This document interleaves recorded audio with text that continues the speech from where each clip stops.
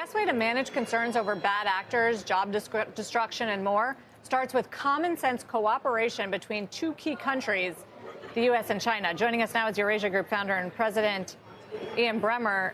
That doesn't sound realistic or likely, does it? No, it's absolutely not where we're heading right now. We even see it in the nuclear space. The Chinese are going from 500 to 1,500 nuclear warheads with enriched uranium coming from Russia.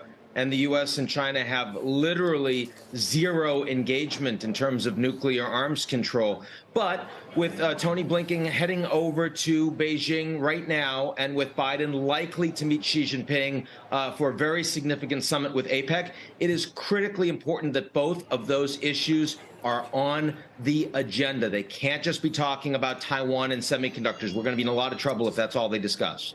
But I mean, again, call me skeptical. I find it hard to imagine that governments are going to be able to corral this technology in an effective way, despite the fact that they're being asked to by the very creators of it, Ian.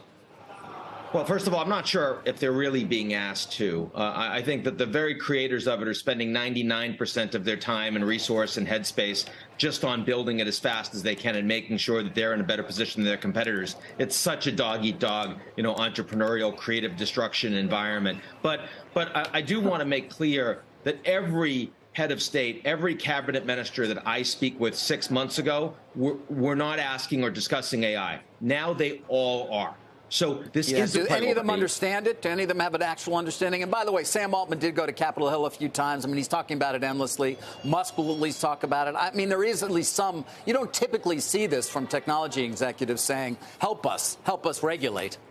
Well, I mean, Zuckerberg in principle did the same thing a few years ago. I'm not sure how much he actually wanted the help and how much he was like, look at the hand and don't look at what's over here. But no, if I look at Senator Warner, who I've spoken with at length about these issues, I think he's getting up to speed. I certainly think that there are heads of state. I was engaging with the Norwegian prime minister just this morning on this topic. He's considered a top priority, used to be foreign minister himself. He really cares. A number of the Europeans are focused. They're getting up to speed. My point is that we don't have the expertise. We don't now have the regulations. We don't have the institutions. So look, for the next 1 to 3 years, there's no question that all the driving in this space is going to be done by the technology companies, and more importantly, by a small amount of men that are actually in charge of the companies that are driving AI. But that's going to lead to various crises. It will lead to disinformation crises, both in elections and in the market space. It'll lead to, massive malware and targeted spear phishing and other real challenges that governments are going to need to react to. And you're going to want them to develop this expertise early so that the reaction isn't stupid and knee-jerk. That's basically what I'm saying. I'm trying to think of we've had our share of issues that could use global coordination and cooperation. Look at the pandemic, and it just did not happen, especially between the U.S. and China. Climate change. I mean, is there any example where they can do this right? Yes.